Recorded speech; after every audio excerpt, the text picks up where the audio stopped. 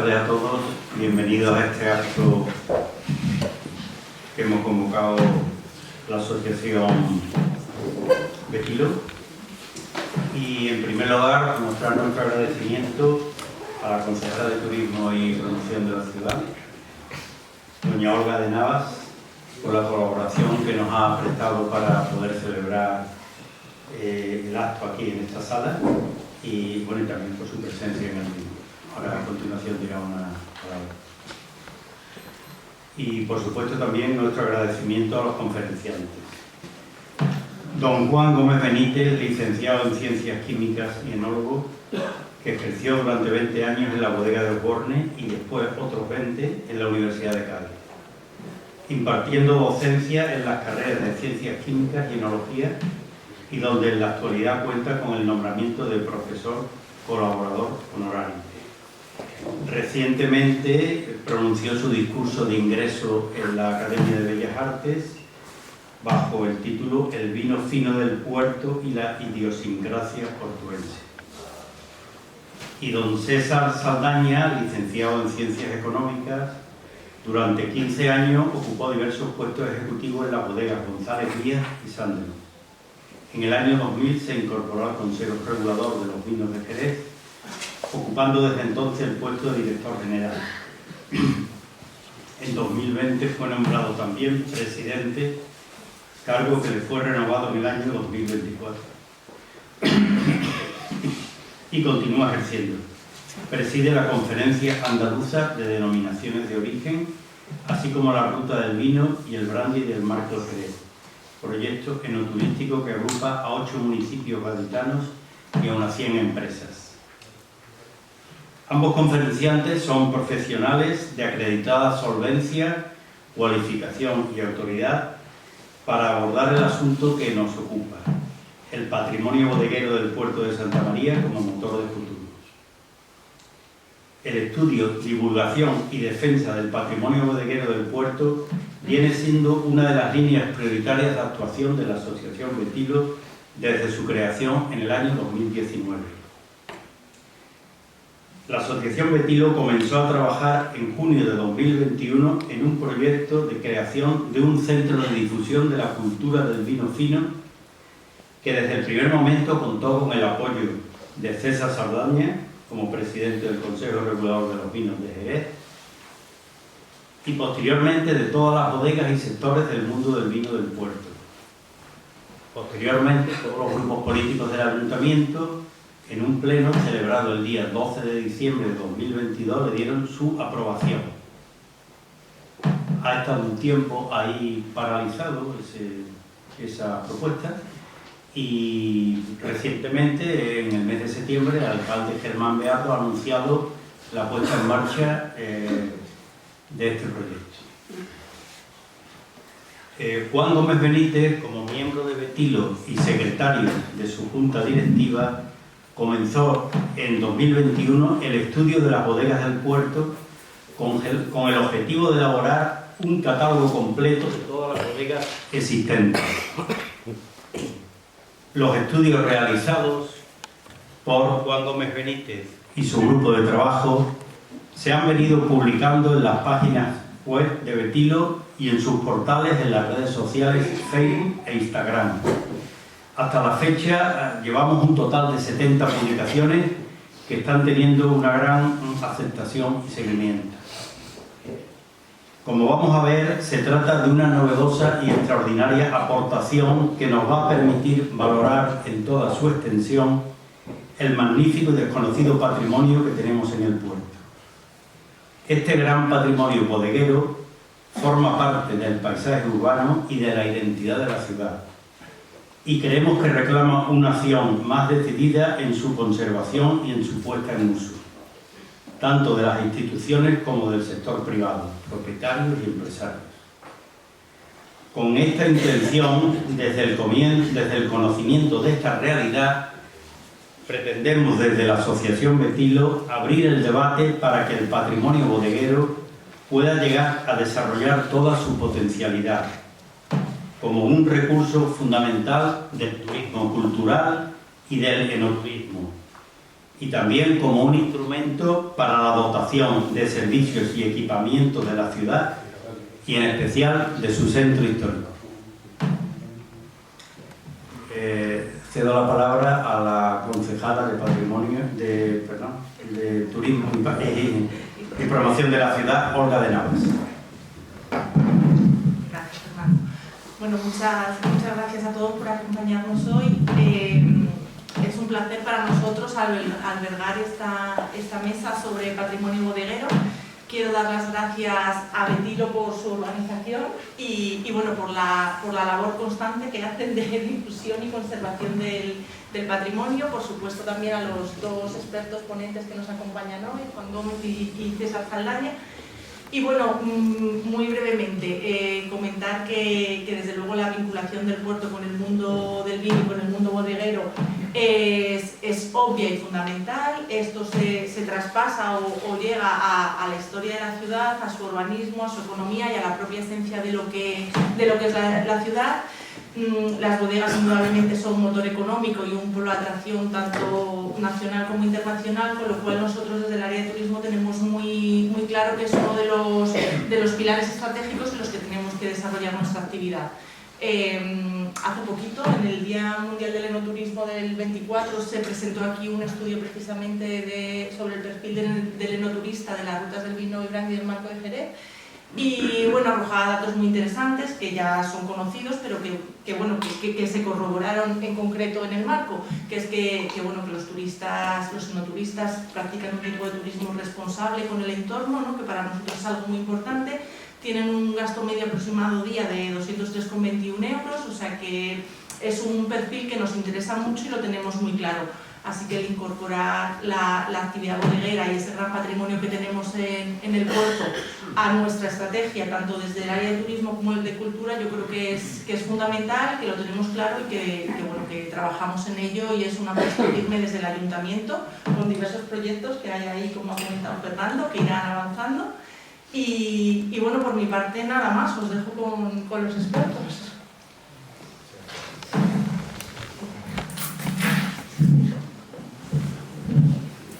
Gracias, concejala, gracias, presidente, compañeros, amigos, buenas noches a todos. Gracias por vuestra nutrida presencia, que espero no defraudar.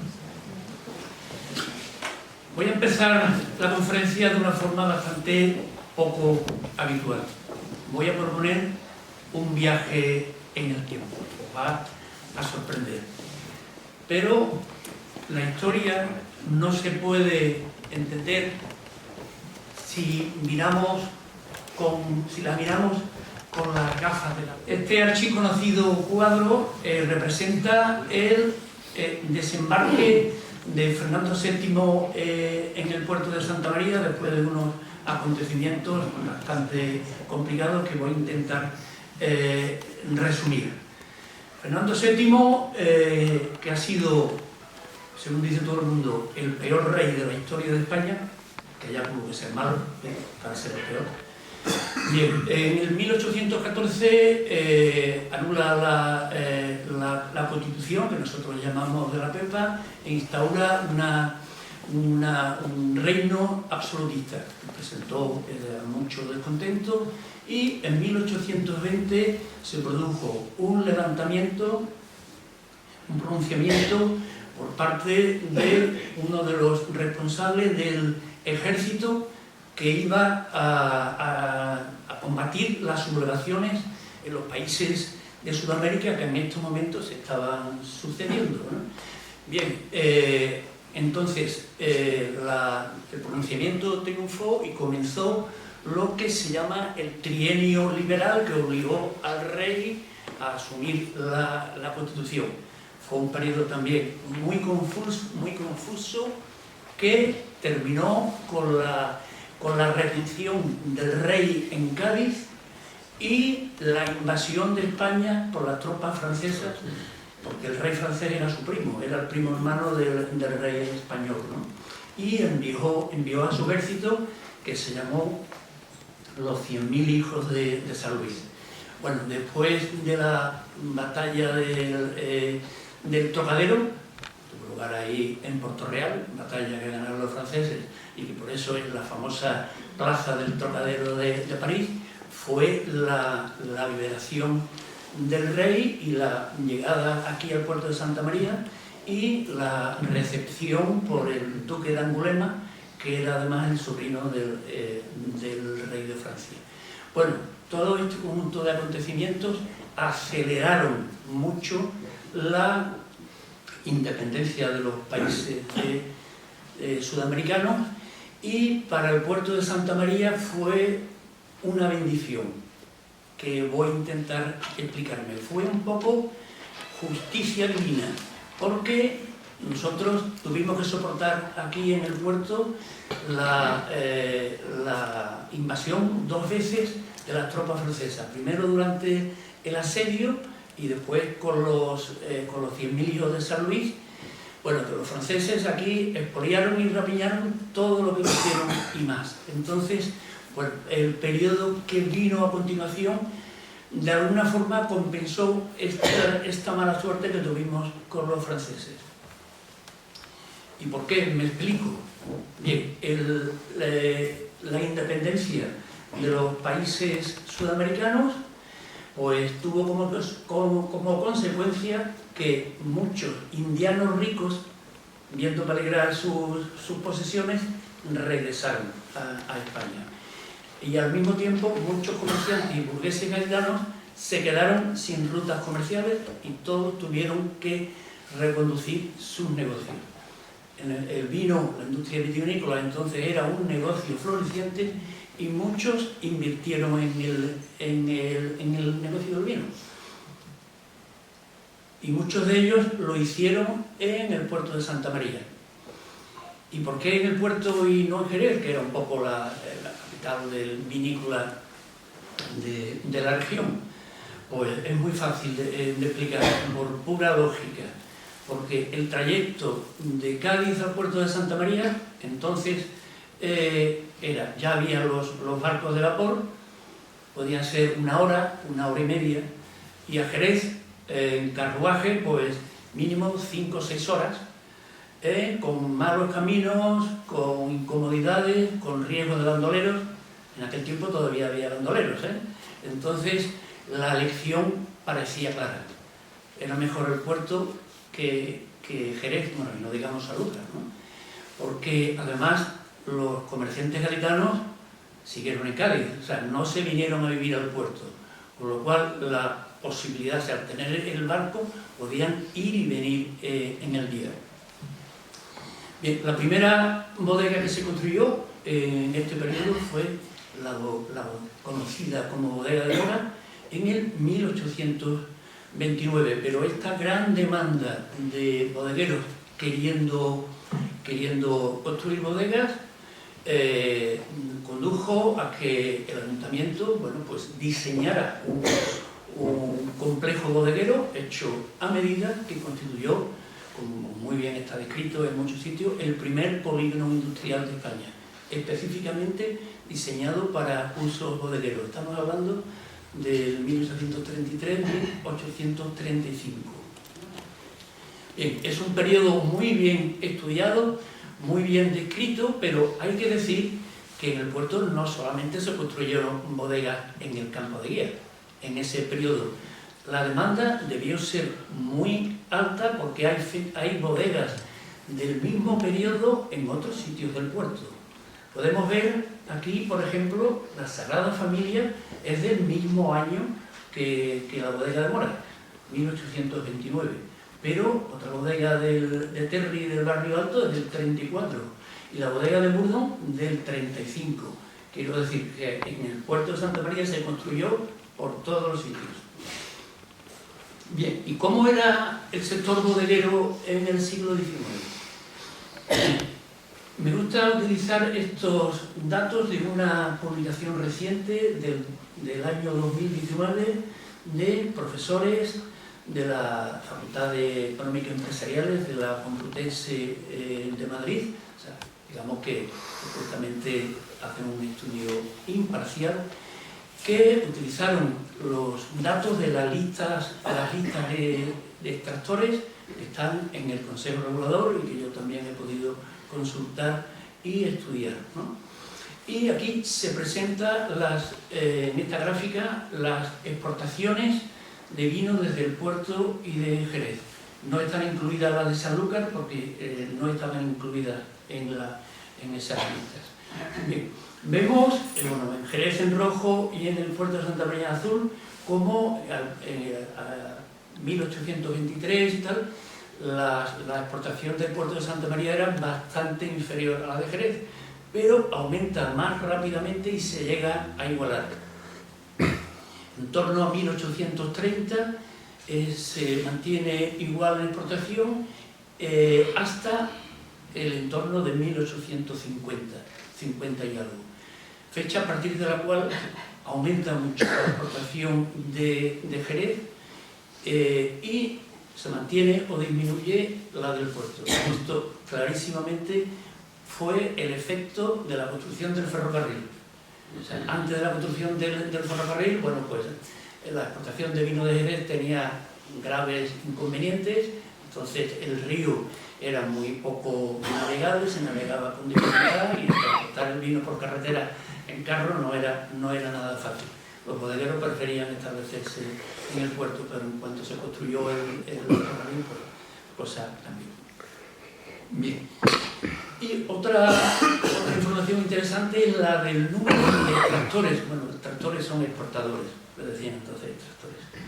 Del puerto y de Jerez, donde vemos en azul las del puerto de Santa María, que extrañamente eran bastante superiores a las de Jerez.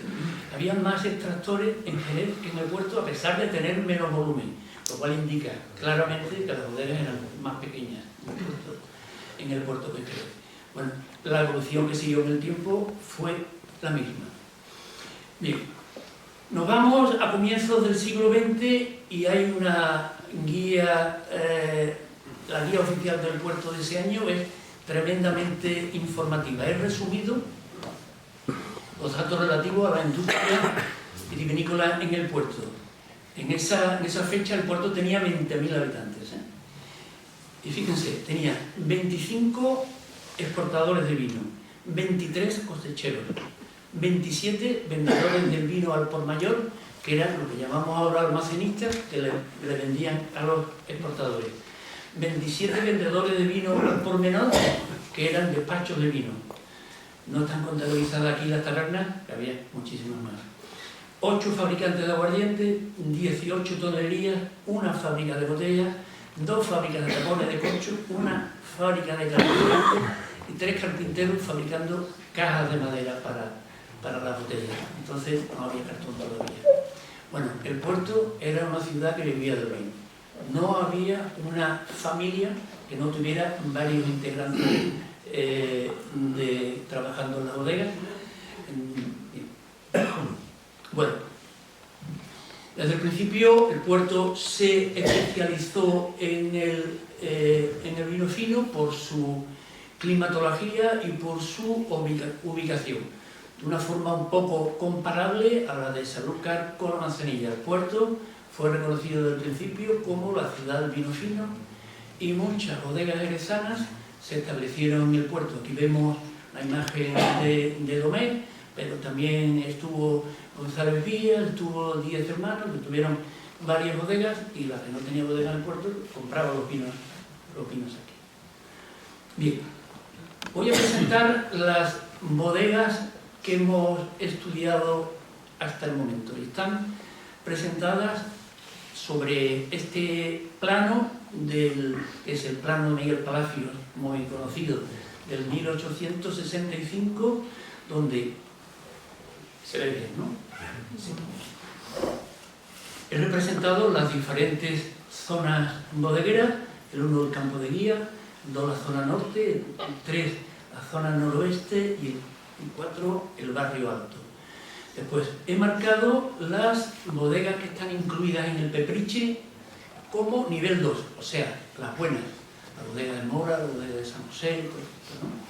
Esas están en nivel rojo. Y las menos buenas, que son del nivel 3 y 4, están en azul. Y en negro, las bodegas desaparecidas, de las que tenemos información, pero ya la bodega no existe. Bien, vemos que están repartidas por toda la ciudad, más concentradas en el campo de guía o en la zona norte, pero en el puerto hubo y hay bodegas por toda la ciudad. Bien, hemos hecho una contabilización de toda la superficie ocupada por las bodegas, a partir de los datos del Pepriche, que tienen la referencia catastral, y hemos buscado en el catastro la superficie que ocupan las bodegas y le hemos sumado el total. 149.000 metros cuadrados son las ocupadas por las bodegas en el puerto, pero esas son las incluidas en el Pepriche, ¿eh? Hay muchas que no están incluidas en el Pepriche, o sea, hay más superficie todavía. Bien, he trasladado toda esta superficie al centro del casco histórico, y estos 149.000 metros cuadrados sería un poco lo que estaría ocupado por las calles Larga, Caldevilla, Cielo, Vicario, Santa Lucía, San Francisco y Bolos. En fin, una superficie considerable, enorme, es el 12,6% de toda la superficie del casco histórico del puerto. Serían, ya que todos pensamos mejor en el campo de fútbol, sería como 20 campos de fútbol de primera división. Bien, en el Pepriche están previstas pues muchas actuaciones del ayuntamiento para reorganizar diferentes zonas, muchas de ellas de las implicadas por las bodegas. Bien, ahora mismo en particular se está desarrollando, está en los medios, el área específica de revitalización de la bodega de la Pastora, de forma que se va a abrir una comunicación entre la calle Comedia y la calle Ximénez Sandoval. Una parte de la bodega, la parte de menos interés arquitectónico, pues, porque es muy reciente, se van a hacer viviendas. Otra bodega se va a ceder al ayuntamiento como equipamiento, y el resto será de utilización comercial, siempre respetando la estructura original de la bodega. Bien, ¿qué fuentes he utilizado para este estudio? Bueno, los archivos, el archivo histórico municipal, el provincial y los archivos de bodega. Hasta ahora he podido consultar el archivo de Caballero y el de González Villa. Y una cosa muy importante, he acudido a la tradición oral. Algunos de vosotros, de los que estáis aquí, os he llamado en numerosas ocasiones preguntando detalles de las bodegas, y aquí al añorado Manuel Lozano, al que en numerosísimas ocasiones le llamé para preguntarle sus conocimientos. Primero él fue capataz de Terry antes de Caballero Gustavo, y para que me transmitiera los conocimientos antiguos sobre las bodegas. Bien, cada artículo, cada bodega se hizo una reseña histórica y después una descripción histórico-artística del edificio, que esa no la hice yo, lo hicieron dos historiadores del arte, algunos veo por aquí presentes que han colaborado en el trabajo. Bien, las bodegas descritas hasta el momento han sido 26 en las diferentes zonas bodegueras del puerto, que se han presentado en 70 publicaciones en la página web y en redes sociales. Hemos contabilizado las visitas a Facebook en estos 3 años, 170.000 visitas, que se dice pronto, 170.000. Solamente a Facebook, no están contabilizadas las de Instagram o las de directamente a la página web. Bien, todavía nos quedan por estudiar 48 bodegas, o sea que nos queda un largo trabajo por hacer. Bien, sería imposible presentar la información de cada una de estas de las bodegas porque estaríamos hasta mañana y no habríamos terminado. Entonces hemos preparado un pequeño audiovisual, resumen un poco de todas las bodegas.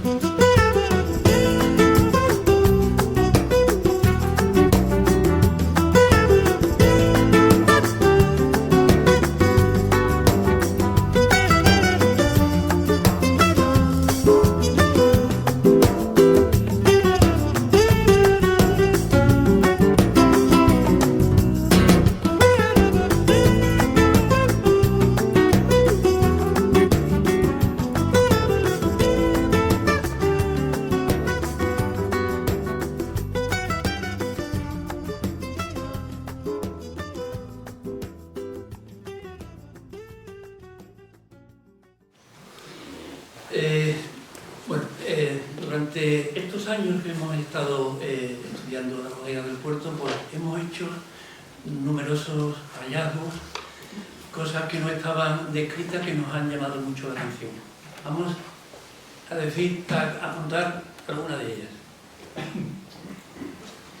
En primer lugar, la catalogación del conjunto de la bodega de exportación de Osborne como complejo bodeguero residencial. Bien, para los que no son del puerto, recuerdo, este complejo bodeguero está incluido entre la calle La Palma y calle Fernán Caballero, por un lado, calle Jesús Nazareno y calle Comedia por el otro, y tiene este conjunto de bodegas alrededor de la casa familiar que fue la casa de Bodefaber. Bien, esta catalogación como complejo bodeguero residencial la he realizado a partir de la descripción que realiza de este tipo de edificaciones José Manuel Aladro Prieto, profesor de arquitectura de la Universidad de Sevilla y el mayor conocedor, reconocido por todos, de la arquitectura bodeguera jerezana, bueno, y de fuera de Jerez también. Entonces, por definición dice que los complejos bodegueros residenciales integran la vivienda del propietario en la manzana productiva. He utilizado también la información del libro de Doug Gordon, publicado por Osborne, o sea, para la celebración del 250 aniversario, que se publicó hace un par de años. Bien, el objetivo de la construcción de estas bodegas fue el de dotar a la compañía Doug Gordon de bodegas propias. Recordemos, Doug Gordon no eran bodegueros, Doug Gordon eran wine merchant, eran comerciantes de vino, y su actividad principal era comprar el vino y después, evidentemente, venderlos, ¿no? Entonces, cuando ya Osborne se hace con la propiedad de Doug Gordon, quieren ya empezar a tener bodegas propias y las hace rodeando la casa familiar. Recordemos, la casa familiar era la de Bodefaber, que fue el padre de Aurora Bodefaber, que fue la mujer del primer Osborne, Tomás Osborne Imán. Bueno, pues ya la mujer y el hijo ya empiezan a edificar las bodegas alrededor, pero aquello no fue un proceso especialmente fácil. Todas esas fincas estaban habitadas y tuvieron que ir comprándolas una a una, en un proceso que debió ser bastante tedioso y bastante largo. Tirarlas y construir allí en esa superficie la bodega. Tenemos que pensar que el complejo no estaba dirigido como lo vemos ahora, porque ahora lo vemos entrando por la calle Fernán Caballero, porque allí es donde están las oficinas centrales de Osborne, pero entonces la entrada principal era por la calle La Palma, ¿no? Y allí estaban las oficinas y todas las bodegas tenían entradas por la calle de La Palma. Y la verdad es que tiene toda su lógica, ¿no? Porque está en una situación privilegiada. Al comienzo de la calle Larga, sitúense ustedes allí, yo paso por allí en alguna ocasión y pongo a mirar y digo, esto tuvo que ser un sitio impresionante, ¿no? Y ya esa es mi interpretación personal, es mi hipótesis. Para Osborne hubiera sido muchísimo más fácil construir en otro sitio o comprar otras bodegas que en el Campo de Guía por esa fecha, porque estas bodegas se hicieron en 1860, seguro que ya había bodegas que se vendían en el Campo de Guía o que todavía quedaban superficies libres por construir. No, quisieron construir ahí, lo cual a mí me muestra que fue un intento de decir, señores, nosotros somos una familia inglesa, estamos aquí en segunda generación, pero no nos queremos ir, nos queremos quedar. No queremos ser como un Campbell, como un Burdon, como un Oldham, que estuvieron aquí hasta que se hicieron viejos y se marcharon. Nosotros nos vamos a quedar. Bueno, y se han quedado, ¿eh? Van por la séptima generación. Bueno, estas fueron, ese complejo residencial, fue única bodega que construyó Osborne, que se conservan, porque las otras muchas que tuvo fueron compradas. Bueno, vamos a irnos ahora a la zona norte, que es una zona bodeguera ahora un poco olvidada. Y vamos a hablar de otro complejo bodeguero residencial. Bien, es el segundo complejo bodeguero residencial del puerto. Bueno, antes se me ha pasado comentarles que en Jerez están, digamos, descritos dos complejos bodegueros residenciales. Uno, el de Gordon Avergat, que ya no existe, es un colegio, y otro, el de Garbey, cuya bodega emblemática, San Patricio, ahora mismo es un Mercadona. Bien. Bueno, en el puerto, el complejo residencial de Osborne todavía sigue, vacío, pero sigue. Y vamos a ver este que está, como vemos, al final de la calle Larga y en la avenida de la estación. No sé si se ven bien los letreros. Bien. Este es un plano recogido del proyecto de modificación del Plan General del 98. Pero el plano es mucho más antiguo. El plano es de los años 60, fíjense, cuando por aquí todavía pasaba la carretera nacional, por delante de lo que es ahora la avenida de la estación. Yo la recuerdo de muy pequeño, cuando pasaba por ahí. Todavía no estaba hecha la desviación. Pues fíjense, aquí está la vivienda del propietario, rodeada de bodega de Astelu, tiene su jardín, bodega de la Trinidad, bodega de Victoria, la gran bodega Sagrada Familia y tal. Bueno, un complejo bodeguero de libros. Esta es la vista aérea de los años 50, donde vemos que se conservaba, en los años 50 estaba íntegro todas las bodegas y la vivienda. Bien, estamos estudiando, bueno, cuándo y cómo se construyó esta bodega. Tenemos algunas pistas, pero todavía no sabemos quién la construyó, ¿no? Sabemos que en el año 1824 la compró Joaquín de la Vega, que fue el que hizo la bodega de la calle Albuquerque, que ahora es Vinagre de Llena. Después, en el 65, la tuvo Manuel Gastelu Iriarte. En 1908, Ramón Jiménez Dávila, otro gran bodeguero del puerto de esa época. Después la debió tener la familia Galarza, por eso ese complejo siguió conservando el nombre de complejo Galarza. En el 1936 la compró González Díaz, que la mantuvo hasta los años 70, que se la vendió a Terry. Y Terry la mantuvo hasta los años 90, ya por la expropiación, Rumasa y tal. Bueno, pues pasó a Domecq, que a final de los años 90 la vendió a una inmobiliaria y comenzó el proyecto que vamos a describir ahora, que es el ejemplo de una intervención urbanística desastrosa, destructiva. Bien, aquí tenemos las imágenes del año 99 de cómo estaban las bodegas antes de la realización de la intervención. A la izquierda la gran bodega Sagrada Familia, fijaos, una bodega muy bonita con esa cubierta soportada con cerchas, y las otras dos bodegas, Gastelu y la Trinidad, que en aquel momento ya estaban vacías. Bien, a la izquierda vemos cómo era la bodega antes de la obra y cómo es ahora.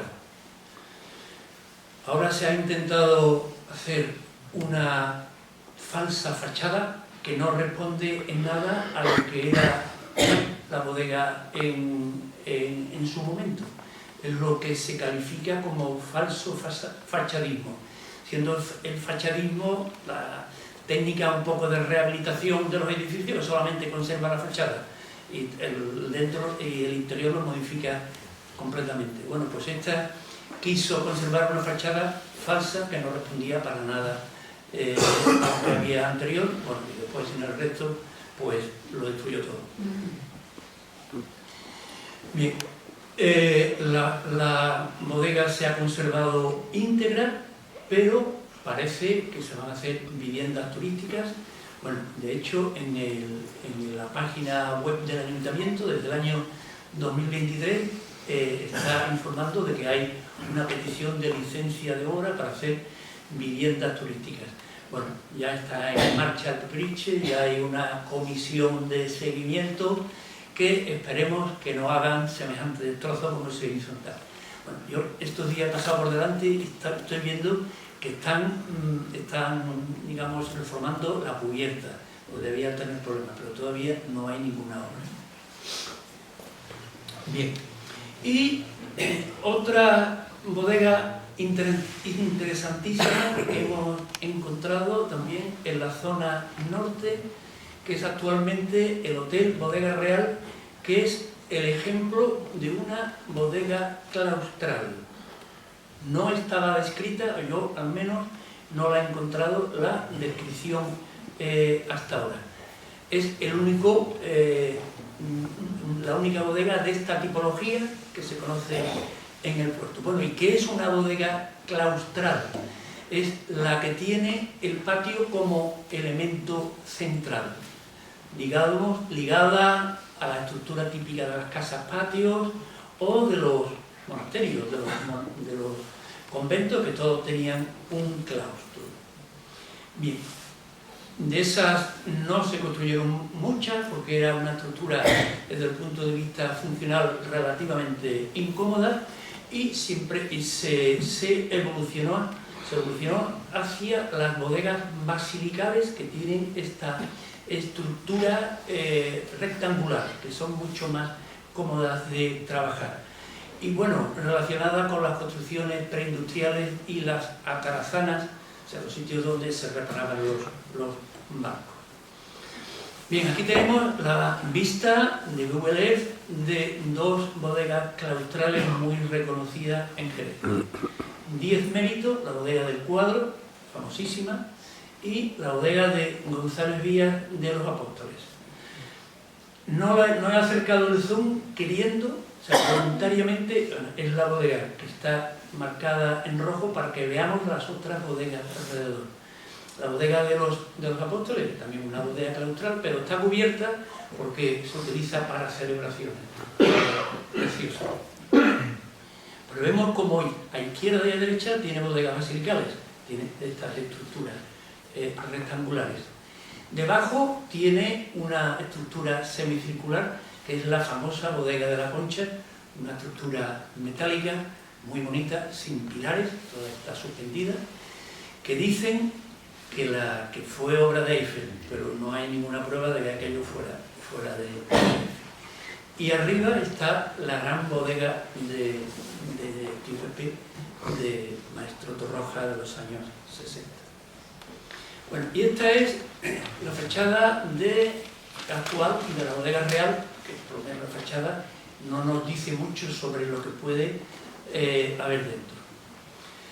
Pero la vista aérea que vimos antes de toda la zona norte, si nos acercamos un poco y vemos este detalle, de los años 50, vemos, como se ve perfectamente, esta estructura cuadrada donde se ven los soportales del interior. Incluso se aprecia como las ventanas están anormalmente altas, están por encima de los soportales, lo cual indica que se hicieron al mismo tiempo, o sea, que los soportales no son posteriores, o sea, fueron construidas al mismo tiempo. Bien, y tiene la continuación en dos brazos posteriores que no están cerrados. Bien, esta es una imagen que está muy recorrida en internet, de principios del siglo XX, de la bodega Jiménez Varela, donde vemos esa imagen icónica del pozo central y los operarios trabajando en el trabajadero, que era para lo que servía el centro. Ojo, no confundir el trabajadero, que era el sitio de las bodegas donde se reparaban las botas y se preparaban para el embarque, con la tonelería. En los trabajaderos normalmente no se hacían las botas, porque requerían unas operaciones y una maquinaria distinta. Las botas se construían en la tonelería, no en el trabajadero. Bueno, vamos a ver algunas imágenes del Hotel Bodega Real y de la residencial, del complejo residencial Santa Eulalia, que está construida detrás. Bien, toda esta información me la ha facilitado el arquitecto o uno de los arquitectos que realizó este proyecto que veo aquí presente y que le agradezco la información que nos ha facilitado. Bueno, este es el plano general, que como lo he tenido que reducir, porque el plano era de 1,5 metros, aquí no se ve, 1,5 metros de ancho me refiero, no se ve mucho, ¿no? Pero vemos que está circunscrito por la calle Alvareza, la calle Espíritu Santo y el complejo Sagrada Familia que hemos visto antes. Pero vamos a ver algún detalle más próximo. Bien, esta es la planta que está convertida en hotel. Fijaos, a la derecha la bodega de la sacristía, a la izquierda la bodega de Astelum y en el patio la bodega de Astelum. O sea, este conjunto está claramente que perteneció a la familia Astelum. Bien, y los dos brazos de detrás vemos que a la izquierda era la bodega de Astelum y a la derecha la bodega del Coñac y en el centro el patio del champán. Casi seguro que aquí era donde Jimena Varela estuvo elaborando el champán. Recordemos, champán continental se estuvo elaborando en el puerto y supongo que sería en el sótano, o sea, sería subterráneo. Normalmente la elaboración del champán siempre requiere que sean bodegas subterráneas. Supongo que sería en el sótano de ese patio, todavía lo tenemos que confirmar. Bueno, estas son las fotografías de cómo estaba la bodega justo antes de hacer la obra que me ha facilitado el arquitecto. Fijaos la bodega, en la foto central, el patio como estaba perfectamente conservado. A la izquierda la bodega de la sacristía, bien conservada, perfectamente. Y a la derecha el patio del champán, que en ese momento ya estaba abandonado, vemos que hay mucha maleza y tal. Esta es la vista aérea de los dos conjuntos. A la derecha el conjunto Sagrada Familia, ya lo hemos descrito, el destrozo que supuso, y a la izquierda la bodega real, el complejo Santa Eulalia, donde ha respetado aceptablemente la estructura. Esta es la vista actual del patio del hotel. Fijaos, se han respetado los soportales, se ha construido una planta más con forma de galería y otra planta superior que ya no tiene estructura bodeguera. Aquí vemos algunos detalles ilustrativos de lo cuidadosa y respetuosa que ha sido la intervención. A mano izquierda, el techo de la cafetería, donde se han simulado la viguería y el estilo ladrillo por tabla, con ladrillo reusado. En el centro vemos también el techo de la galería, que ha seguido la misma tónica. A la derecha, una vista de la galería, donde vemos que se han reutilizado las tejas y la viguería y las ménsulas también a estilo antiguo. Aquí algunos detalles constructivos de interés, como las cristaleras con motivo vinícola, con referencia a la antigua bodega y con algunas imágenes ilustrativas de vino. Y el complejo residencial detrás, que vemos las viviendas, pero que todavía conservan un aire bodeguero, esas ventanas típicas bodegueras y ese patio que no ha sido, digamos, alterado en gran medida. El patio se utiliza como aparcamiento, pero el sótano es el aparcamiento del hotel. Bueno, estos son algunos de los hallazgos, podríamos presentar muchos, pero no tenemos tiempo. Pero sí vamos a hablar de algunos personajes destacables que hemos encontrado y que merece la pena que lo reconozcamos. En primer lugar, Peter Harmony, o como le llaman los americanos, Peter Harmony, pronuncian la J. ¿Quién fue este Peter Harmony? Bueno, pues un gallego procedente de Villagarcía de Rosa, del año 1777, Pedro Ximeno de la Riva, que se traslada a Cádiz hacia 1800 con dos hermanos, hermano Francisco y hermano Agustina, que se quedan en Cádiz mientras él se va emigra a Estados Unidos, se afinca primero en Filadelfia, que entonces era la capital de Estados Unidos, después a Nueva York, y empieza una actividad comercial frenética. Debía ser un comerciante y financiero fantástico. Al poco tiempo se nacionaliza como americano y se llama Peter X. Harmony. X mantiene la X de Ximeno. Bueno, fue una figura clave en la creación de la red comercial y bancaria de Estados Unidos. Recordemos que Estados Unidos en aquel tiempo estaba recién creado. O sea, Estados Unidos se creó en 1790 y tantos, o sea, como la declaración de la independencia, de la Constitución, ¿no? Y bueno, se estaba creando la red comercial. Peter Harmony aprovechó sus relaciones con Cuba, que entonces era un poco el centro del comercio con España, para establecer su red comercial y bancaria. No solamente fue financiero, también fue fabricante. Comprar el algodón de los estados del sur e hizo una fábrica de algodón que vendió tejido de algodón a toda Europa. La fábrica de algodón todavía existe como monumento nacional, el Harmony Mills, está en el estado de Nueva York. Pero, bueno, en aquel tiempo el tráfico de esclavos en todos sitios era, bueno, pues algo muy frecuente, y aunque Peter Harmony no fue directamente traficante, pero parece claro que él facilitó sus bancos y facilitó sus flotas de barcos para este tráfico. Bien, su hermano Francisco, decíamos que quedó en Cádiz, pero él también utilizó el apellido, aunque no se lo cambió, pero lo utilizaba Harmony como nombre comercial. Bueno, este Peter Harmony se hizo inmensamente rico, llegó a ser uno de los más ricos de Estados Unidos, que era sería rico. Falleció en 1851, yo tengo el testamento, el testamento son 100 páginas de posesiones. Bueno, está enterrado en la Catedral de Nueva York y tuvo descendientes que emparentaron con familias portugueses. Estoy estudiando si alguno de estos descendientes en el puerto todavía continúa.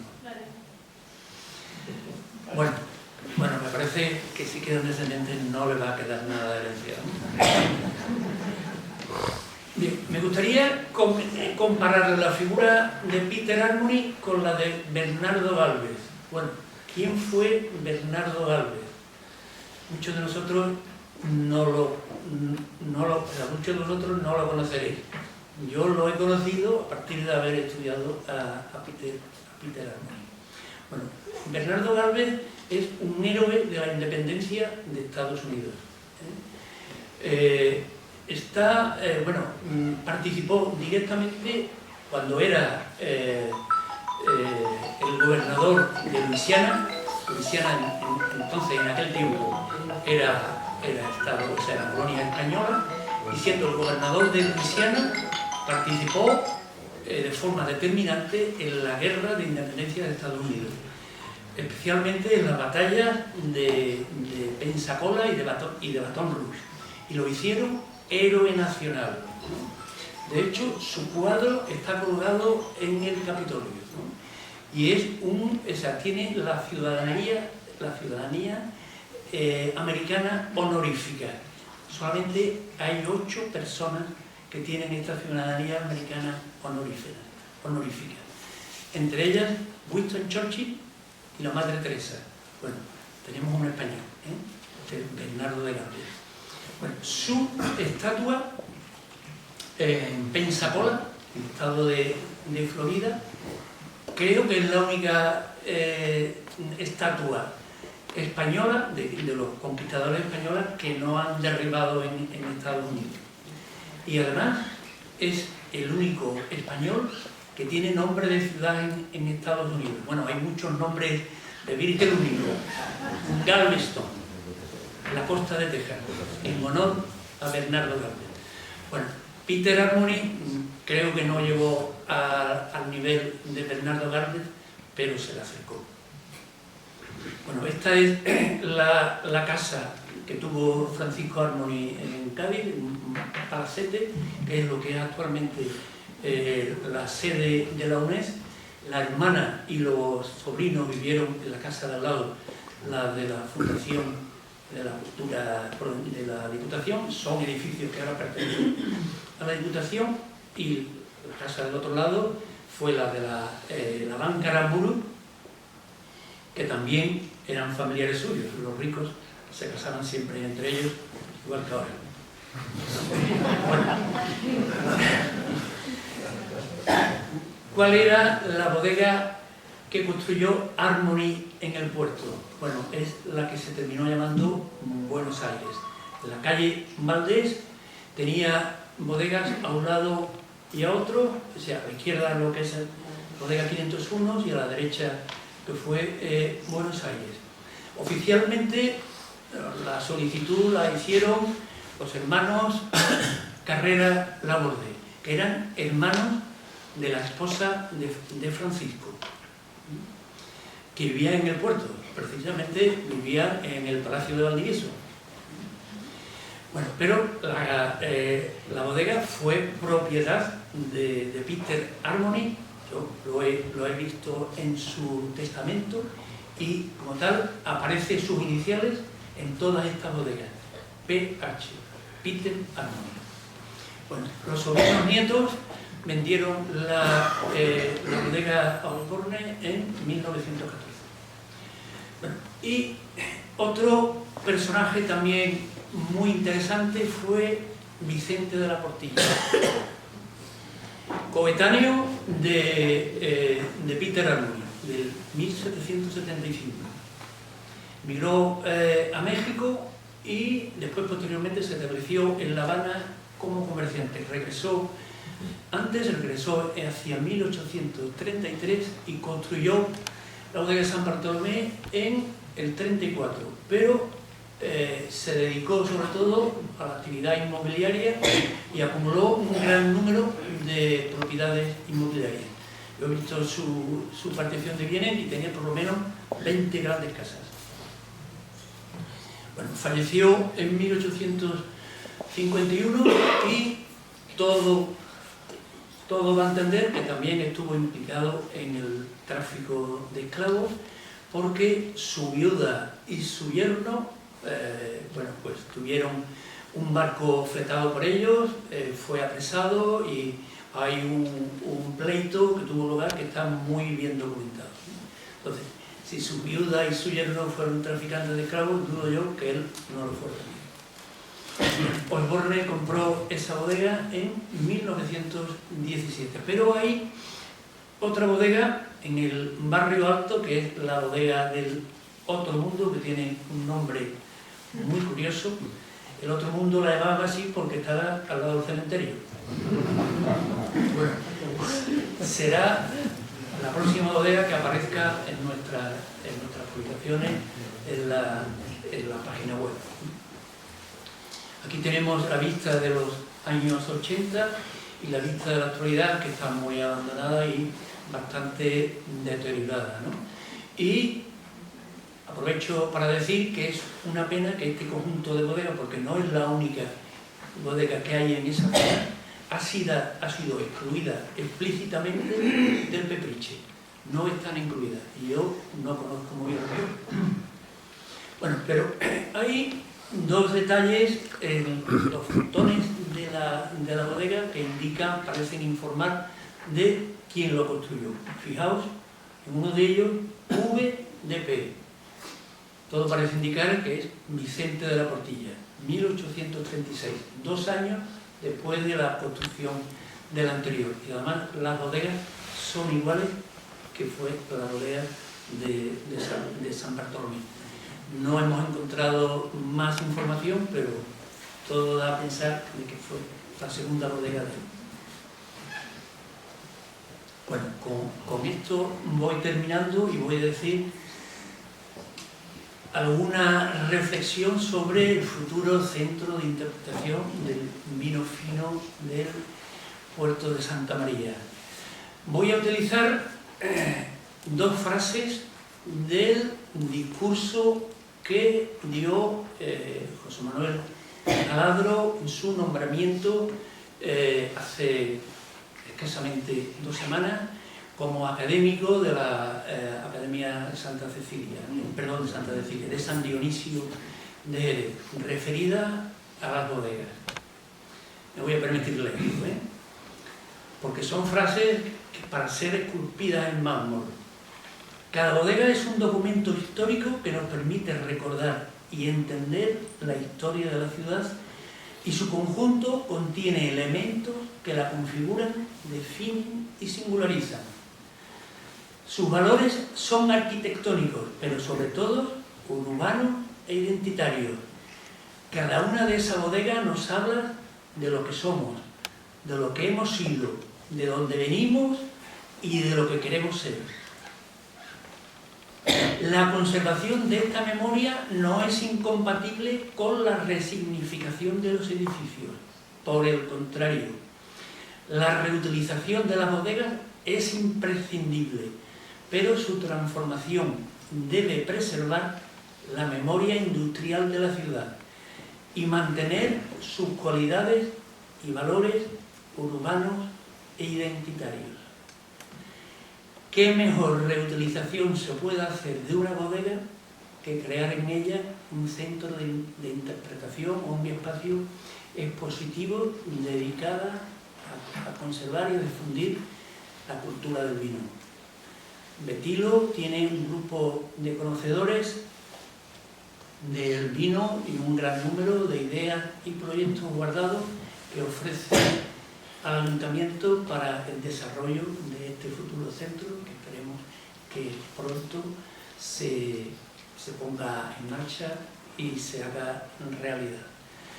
Y con esto termino mi exposición. Espero no haberles aburrido, no haberme pasado en exceso, y cedo la palabra a César Saldaña, que va a dar sobrada información sobre la utilización turística de la bodega. Muchas gracias por su atención.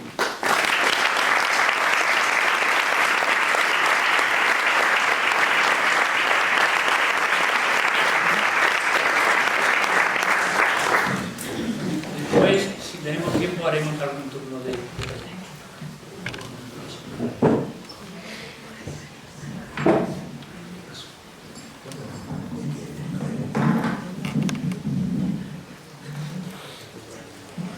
Bueno, pues buenas tardes a todos. Hablar ante esta audiencia y después de la maravillosa conferencia que nos ha ofrecido el amigo Juan, pues es complicado. La suerte que tienen ustedes y yo es que han hecho, Juan, que sea breve. Entonces, bueno, después de tanta evocación de lugares que además todos ustedes conocen, que seguro que además del valor arquitectónico, histórico, pues tiene en cada uno de ustedes, que muchos de ustedes son del puerto, pues unos elementos también emocionales, pues yo trataré de no aburrirles mucho con algunas cifras y con algunos datos para que ustedes entiendan cómo podemos hacer para que todo este patrimonio y todo este conjunto de elementos que yo llamo en general la cultura del vino que tenemos en nuestra zona, pues los pongamos a trabajar, porque evidentemente hay muchas aproximaciones posibles a todo este patrimonio, a toda esta cultura. Hay aproximaciones puramente desde la nostalgia, que a mí no me gustan, porque terminamos pensando que cualquier tiempo pasado fue mejor, y eso no es verdad necesariamente. Hay aproximaciones puramente desde el punto de vista artístico, arquitectónico, histórico, y son todas ellas apasionantes. Bueno, como algunas de las que nos han comentado, esos personajes, etcétera, etcétera. pero hay una aproximación que es puramente económica. A lo mejor esto suena un poquito más... pero es absolutamente necesaria esa aproximación, es absolutamente necesario tratar de plantearnos cómo podemos hacer funcionar, con la vista puesta en el mantenimiento, todo ese enorme patrimonio. Eso es lo que se hace desde el punto de vista del enoturismo. El enoturismo, bueno, pues es un tipo de turismo simplemente especializado o que gira alrededor de eso, de la cultura del vino. Cuando hablamos de enoturismo no estamos solamente hablando de bodegas que se visitan, estamos hablando de gastronomía, estamos hablando de empresas de distintas índoles, de agencias de turismo activo, de alquiler, de organización de paseos a caballos, de muchas cosas, ¿no? Ahora les hablaré un poquito de la asociación que yo represento aquí, que es la Asociación de la Ruta del Vino y el Brandy del Marco de Jerez. Pero bueno, el enoturismo es, como digo, una actividad económica, una actividad que lo que pretende fundamentalmente una cosa, y es que la tremenda cantidad de recursos que tenemos en determinadas zonas en las que el vino es importante, por ejemplo, el Puerto Santa María, el Marco de Jerez, todos estos recursos, que hemos estado hablando de algunos de ellos, como son los arquitectónicos, los podamos transformar en productos vendibles. Insisto que esto suena un poquito mundano, pero es de lo que se trata. Si podemos hacer que algo que tiene belleza, que tiene un valor emocional, que tiene un valor histórico y tal, podamos empaquetarlo y venderlo, entonces estaremos haciendo enoturismo, porque no sirve nada que venga gente aquí y que, insisto que mi discurso es un poquito materialista, y como decía antes la delegada, pues que no se gasten la pasta, se trata de que vengan y se gasten la pasta, porque esa pasta es la que va a hacer que, bueno, pues con buen criterio y gracias al trabajo por una parte de los estudiosos y por otra parte de las administraciones, podamos mantener ese patrimonio y ese legado que hemos recibido, pues proyectarlo a las siguientes generaciones, que yo creo que es parte de la obligación de cualquier generación, preservar la idiosincrasia, preservar la identidad, como dice también el profesor Calado. Bueno, esto en España, este mundo del enoturismo, y que es un mundo de empresarios, o sea, aquí no, al final los que hacen enoturismo son el señor que tiene su hotelito, el señor que tiene su bodega que la abre al público, el señor que tiene un restaurante y se especializa en maridajes con los vinos locales. Esos son los que hacen el enoturismo, pero para impulsar todo eso hace ya mucho tiempo que dos ministerios, el Ministerio de Agricultura y el Ministerio de Turismo, crearon una cosa que se llama las Rutas del Vino de España. Esto es lo que se llama en la terminología así más turística clubes de productos. En definitiva, intentar vertebrar sectores que tienen, a lo mejor tienen intereses distintos, pero que tienen un elemento común, ¿no? Un elemento que los pueda aglutinar. Así se crearon una serie de productos, y uno de ellos fue las Rutas del Vino de España. Una ruta del vino de España no es solo un lugar, es un lugar y una serie de operadores organizados. Entonces, bueno, ahora mismo tenemos, yo me tengo que poner las gafas porque yo los números exactos, y no quiero meter la pata, yo estoy diciendo 32 y me gusta aquí 37, entonces pues prefiero ver lo que les proyecto. Bueno, este mapa que ven ustedes aquí de la península y de Canarias, bueno, y de España en general, pues muestra dónde están las 37 rutas que tenemos ahora mismo certificadas. Porque claro, para hacer una ruta no basta con que lo digamos, hay todo un proceso, hay una organización a nivel nacional que se llama ACEVIN, la Asociación de Ciudades del Vino, que es a la que ha delegado estos dos ministerios, tanto el Ministerio de Cultura como el de Turismo a través de Tour España, pues la gestión de las rutas del vino. Entonces, para hacer una ruta del vino, pues hay que tener un ente gestor, hay que tener una determinada configuración jurídica, nos hacen auditoría, nosotros a su vez tenemos que hacer la auditoría a las empresas que conforman la ruta. ¿Para qué? Para garantizar que cumplen unos estándares de calidad y que cumplen con lo que llamamos un manual de productos. Es decir, si usted es una bodega visitable, usted tiene que tener esto y esto, usted tiene que tener guías que en un momento dado, bueno, pues atiendan a la gente, tienen que tener un horario, tienen que tener un recorrido, tienen que tener unas cosas tan previas como unos aseos, en fin, todo un conjunto de condicionamientos que se llama el manual de producto, y tenemos uno para bodegas visitables, otro para restaurantes especializados, otro para agencias de turismo, o, en fin, para las distintas tipologías de empresas que forman parte de la ruta. ¿Cuántas empresas? Bueno, en España hay 2.611 distintos servicios que se ofertan en las 37 rutas a través de unas 800 empresas, ¿no? Eso es básicamente cómo está estructurado el turismo del vino en nuestro país.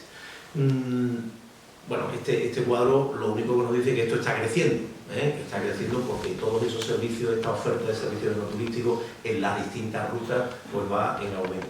Esto se ve más claramente aquí. Aquí simplemente está la evolución del número de visitas a bodegas. Insisto que esto es una parte del enoturismo, pero bueno, es una parte que se puede medir bastante bien y que nos sirve un poco para medir la evolución que tiene este tipo de turismo, ¿no?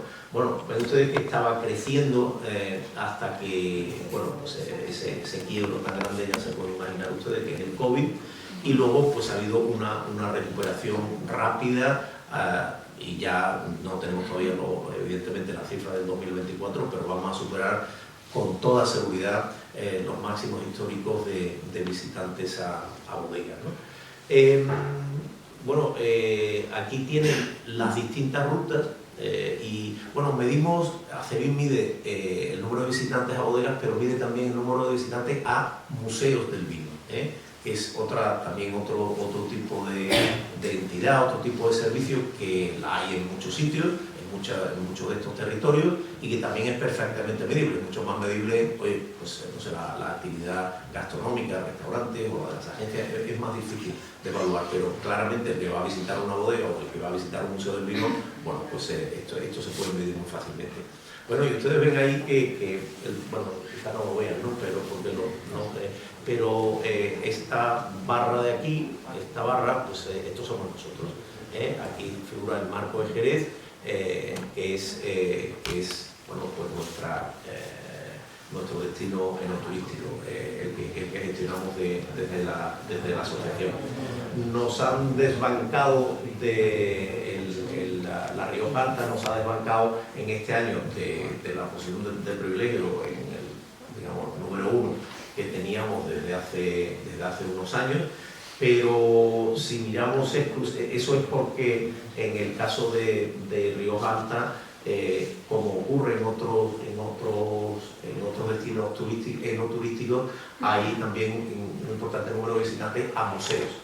Es decir, y nosotros aquí, desgraciadamente, tenemos magníficas bodegas visitables, 40 y tantas en nuestra ruta, pero tenemos muy poquitos museos. Está el Museo del Moscatel, está el Centro de Interpretación de la Sal y el Vino de Chiclana, que es magnífico, está el Museo de la Manzanilla en Sanlúcar de Barbadillo, y para ustedes contar. Estoy seguro que el Centro de Interpretación del Vino Fino del Puerto será en breve uno de los que veremos en nuestras estadísticas. Así que si quitamos la parte de los museos, en lo que respecta a visitantes a bodegas, pues sí tenemos nuevamente el liderazgo a nivel de las 37 rutas de todo el país. Ya saben ustedes también que en esto del mundo del turismo todo está un poquito en revisión, ¿no? Este año, bueno, pronto superaremos los 100 millones de turistas en nuestro país, pero bueno, cada vez hablamos más de que no se trata tanto de un número en términos de número de visitantes, sino en qué riqueza generan, qué valor añadido se genera, y en ese sentido, bueno, todo el mundo está mucho más atento últimamente en este negocio pues eso, al gasto medio, a la calidad del turista, medida, insisto, esto es muy mundano y muy económico, medida en la pasta que se deja aquí, ¿no? Entonces, nosotros hacemos otro ejercicio. Hacía referencia hace un momentito su presentación, la delegada, a este estudio que se presentó en esta misma sala, que hicimos desde la Asociación de la Ruta con una empresa especializada, y que es un estudio bueno, con mucha chicha, es decir, pero que, bueno, pues tenemos aquí pues un resumen en forma de infografía, ¿no? Para un poco ver la parte cualitativa, ¿no? El tema que hablábamos antes del gasto diario, donde ese gasto de 203 euros por persona y día que dejan los enoturistas, que es sencillamente superior al de otro tipo de turismo, pues ¿dónde queda? Pues queda en la restauración, queda en el alojamiento, queda en las compras de vino y por supuesto también en las visitas a bodegas. También, bueno, nosotros hablamos de no turistas, pero evidentemente todo lo que entra en una bodega no tiene por qué ser un experto en vino ni una persona que viaja específicamente motivada por el vino. Puede ser otro tipo de viaje que, bueno, ya que estoy aquí en el marco o en el puerto de Santa María, que es una localidad en la que tiene una oferta de visitas a bodegas interesantísima, pues también lo utilizo, ¿no? Bueno, tenemos mucha información sobre las actividades enoturísticas que se realizan, en las que evidentemente la visita a la bodega es lo más importante, pero hay otras muchas y también, bueno, por qué viene la gente, dónde están un poco sus fuentes de inspiración y claro, nos importa mucho también bueno, el nivel de satisfacción. Aquí hay un dato muy interesante que para nosotros es pues claro, toda esta información nos ayuda a orientar un poco la actividad promocional, pero también a tratar de influir en los operadores y también en la administración. Cuando hablo de que la asociación de las rutas del vino, estoy hablando, yo no hago más que hablar de los operadores, es decir, de las bodegas, de los hoteles, de los restaurantes, pero tengo que hablar también de las administraciones, porque los 8 municipios forman parte de la ruta, como forma también parte de la Diputación Provincial o el propio Consejo Regulador. Y aquí hay un dato, como digo, que para nosotros nos resulta muy interesante para revertir esto que decía antes de que no tenemos museos ni centros de interpretación, tenemos poco comparado con otras rutas. Aquí ha habido varios intentos de hacer museos del vino y, curiosamente, los que han abortado o los que han convencido a la administración o a los promotores de esas iniciativas de no seguir con ellas es las propias bodegas.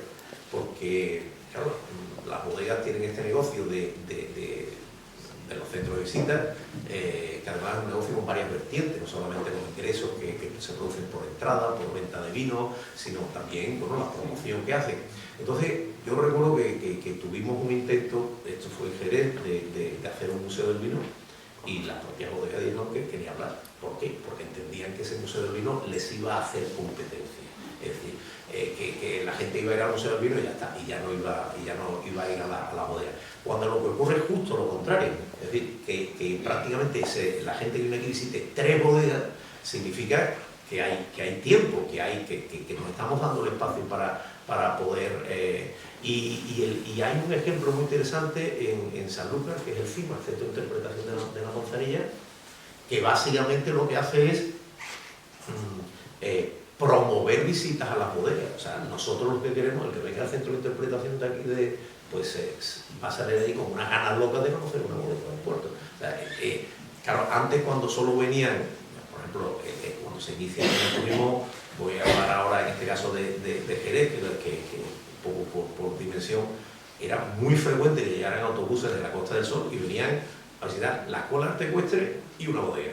Claro, si en vez de una bodega les ponemos un museo, se acabaron las visitas a la bodega. Entonces en ese momento yo lo entiendo, ahora no. Ahora que el visitante medio va a 3 bodegas, yo creo que tener centros de interpretación que van a promover las visitas puede ser un elemento importante.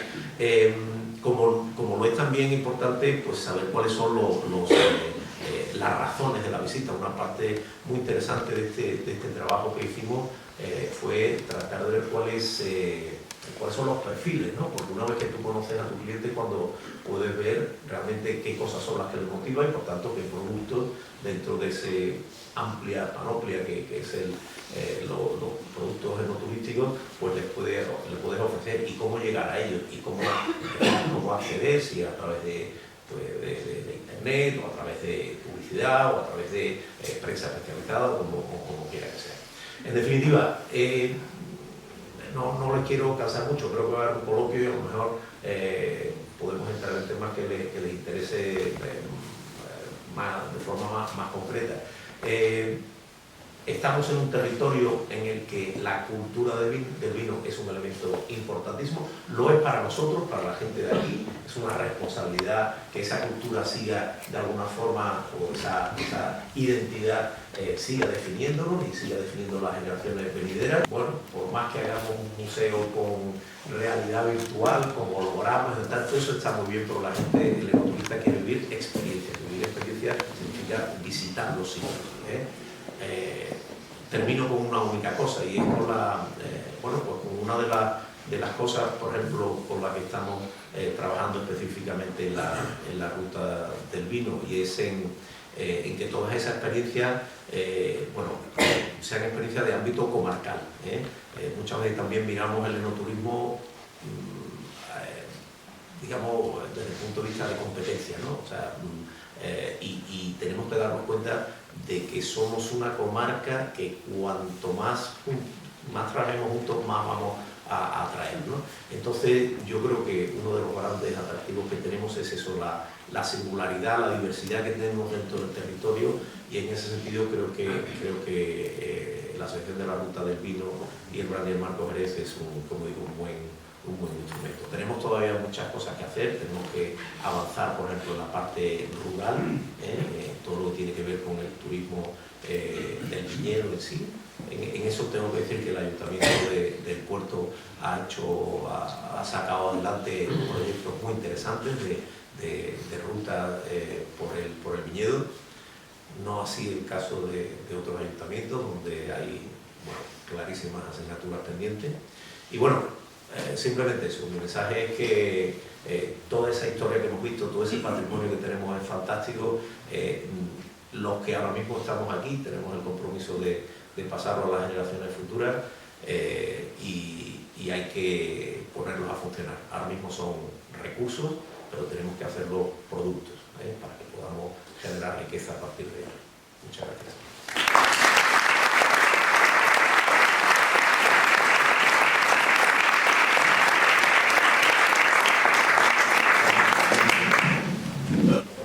Vamos a abrir un turno de intervenciones del público asistente, así que ¿alguna intervención? Adelante. Bueno, primero felicidades y muchas gracias por una cosa tan prolija y también. Hoy, oyéndote, Juan, me he acordado de una cosa que tú seguramente la habéis tenido muchas veces en cuenta, que nosotros hicimos de manera pionera un programa que se llamaba algo así, Conoce tu pueblo, conoce tu vino, conoce tu bodega, y que estaba dedicado a los alumnos del Puerto de Santa María.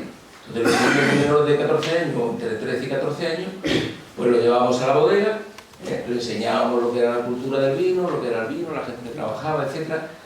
Y Juan hacía, cuando ha puesto el audiovisual, lo hacía él manualmente.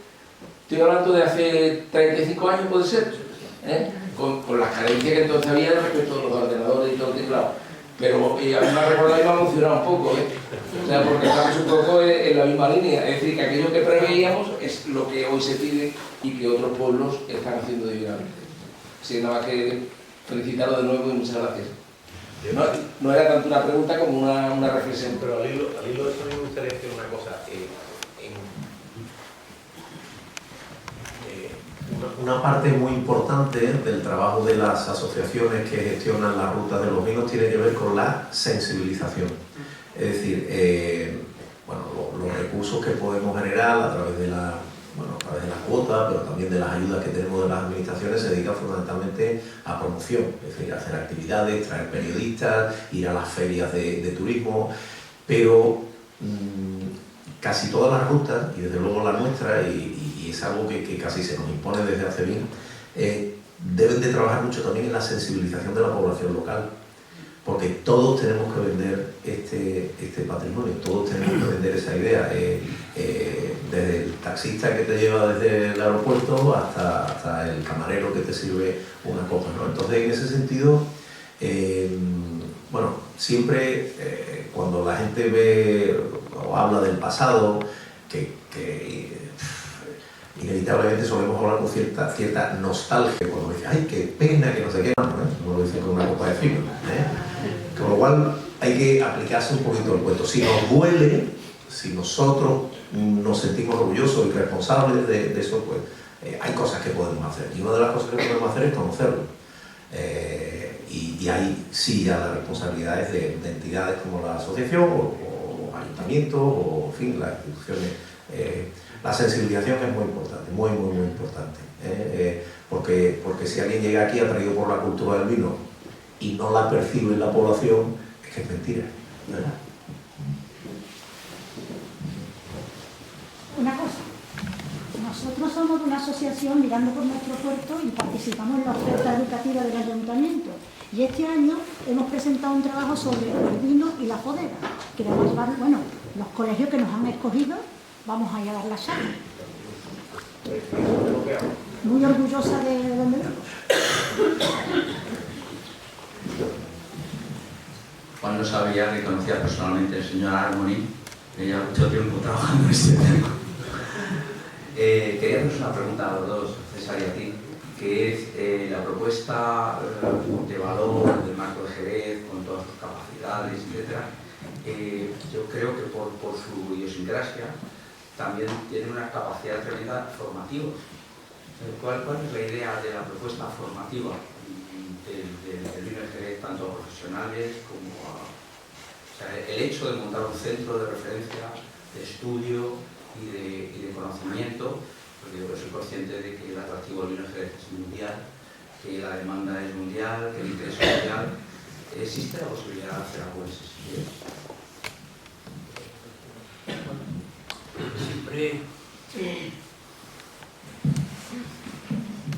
Siempre se pueden establecer uniones o colaboraciones con otros centros formativos. En el puerto tenemos el Instituto de Santo Domingo, que tiene el ciclo superior del ciclo medio de vitivinicultura, que pueden colaborar perfectamente con las bodegas y con la ruta del vino.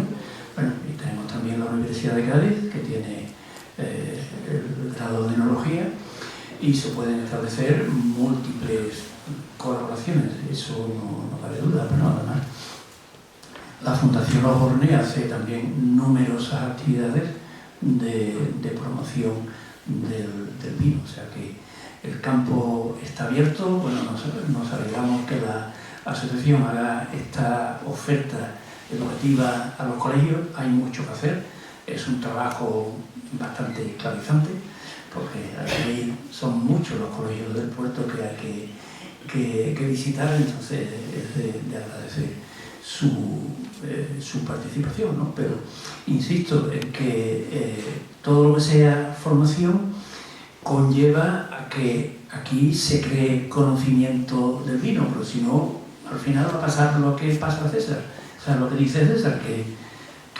podemos vender una imagen de cultura del vino falsa, porque aquí nadie la conoce, ¿no? Entonces, que es bueno que la conozcan, ¿no? Yo creo que ahora mismo quien quiera aprender o quien quiera aproximarse a nuestros vinos tiene muchas oportunidades, y algunas presenciales, otras mediante plataformas. Solo tenemos la Sherry Academy con módulos diferentes para distintos temas, unos de iniciación, otros más avanzados. Yo creo que desde el punto de vista de formación, bueno, ha comentado Juan algunas instituciones, como la propia Fundación Los Bornes, pero yo estoy hablando de sensibilización, que no es tanto, es decir, no hay que ser un experto. No se trata de eso. No se trata de poder explicar qué diferencia hay entre un palo cortado y un no sé qué y por qué el sistema funciona así. Pero sí tener conciencia de que este rinconcito de Andalucía la Baja es como es, entre otras cosas, por el vino. Y que entendamos que forma parte de nuestra identidad.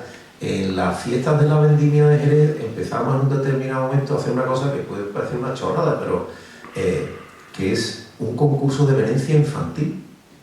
Bueno, hicimos venencias pequeñitas de colores y pusimos un montón de niños en los claustros de Santo Domingo a venenciar con agua evidentemente, y un concurso, y al ganador se le da una medallita y a todo el mundo al final se le da un brick de zumo de uva.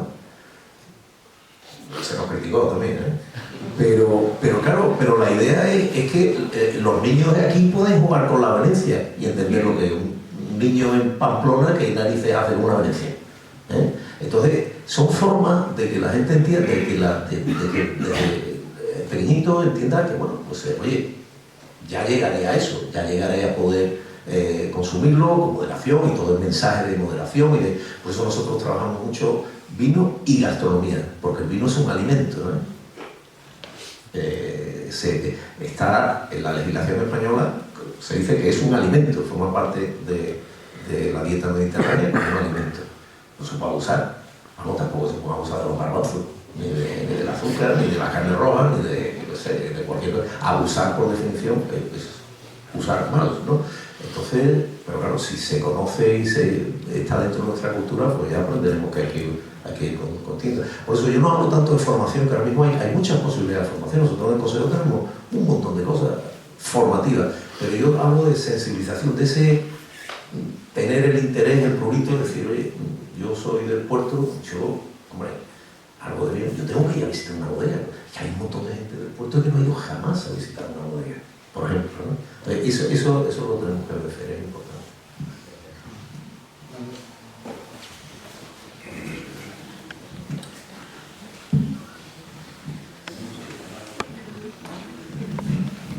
Buena, Betilo, por el trabajo que está haciendo en favor de nuestro patrimonio y felicitar a los ponentes porque me parece que ha sido maravillosa la exposición que han hecho ambos, ¿no?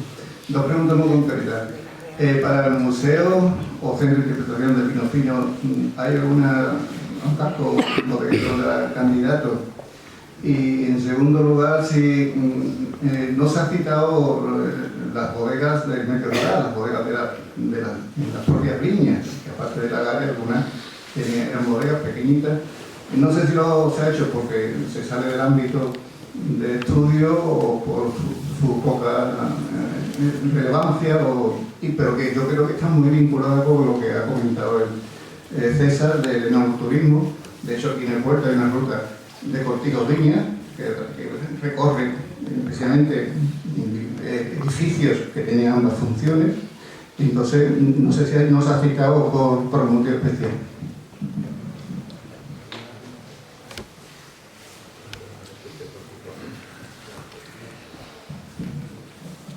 Bueno, en cuanto al casco de bodega candidato para albergar el futuro centro museo,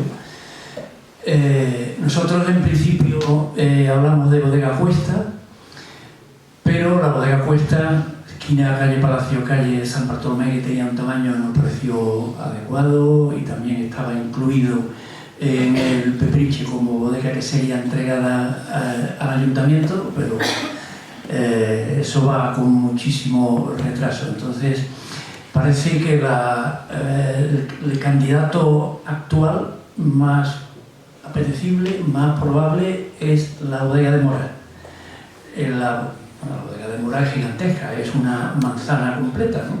Pero la bodega que está esquina calle Moros, calle Ximénez Sandoval, que esa es la que se va a entregar al ayuntamiento con el desarrollo del Pepriche, que se está haciendo ya.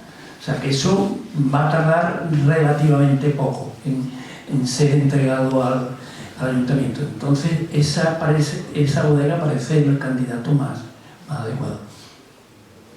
Y respecto a lo de las casas de viña, pues ¿qué más quisiera yo?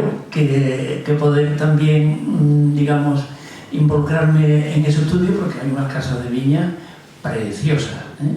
De todas formas, hay ya un estudio hecho, publicado por la Junta de Andalucía, ¿eh? Pero, bueno, para personalizar las del puerto y tal, yo, fijaos lo que me queda para estudiar de bodegas.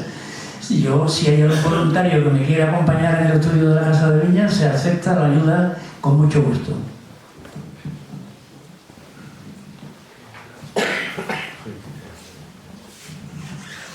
Solo una matización, lo ha explicado Juan, pero no se refería a amor, es el conjunto La Pastora, ¿eh? donde hay un casco bodeguero que se llama el bodegón, que en realidad doblaría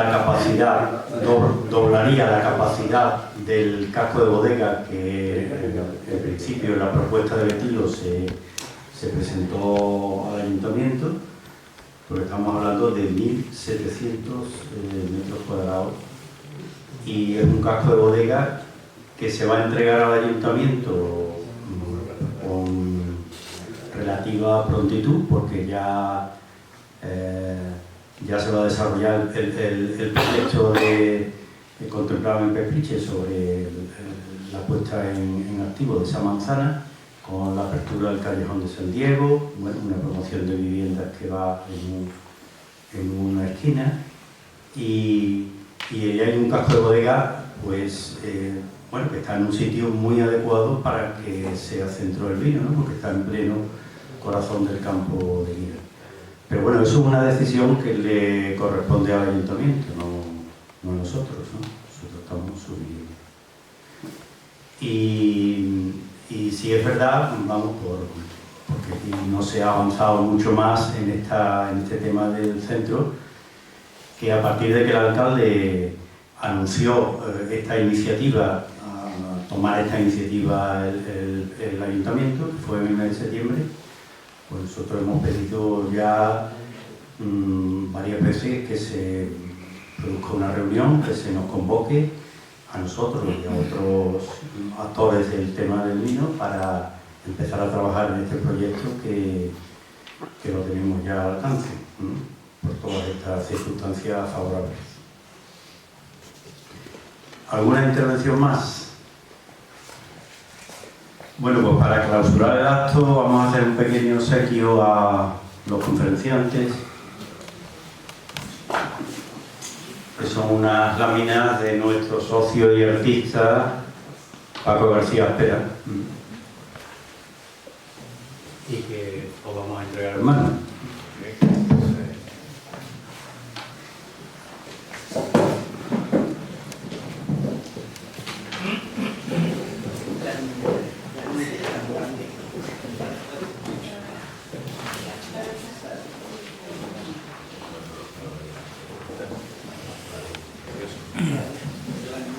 Una reproducción de la bodega, ¿no? Es una reproducción de la bodega Gutiérrez Colosía. Olga.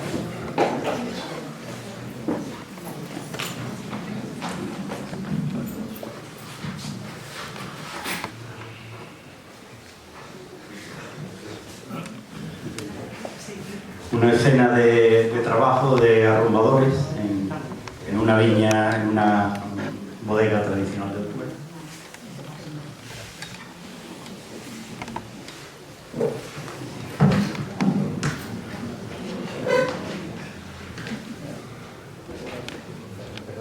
Bueno, un motivo vinícola muy... Espero que sea del gusto de Juan Morrente.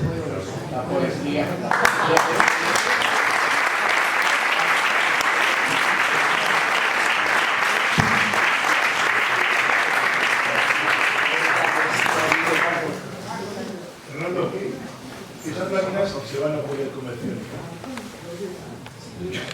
Esta no, pero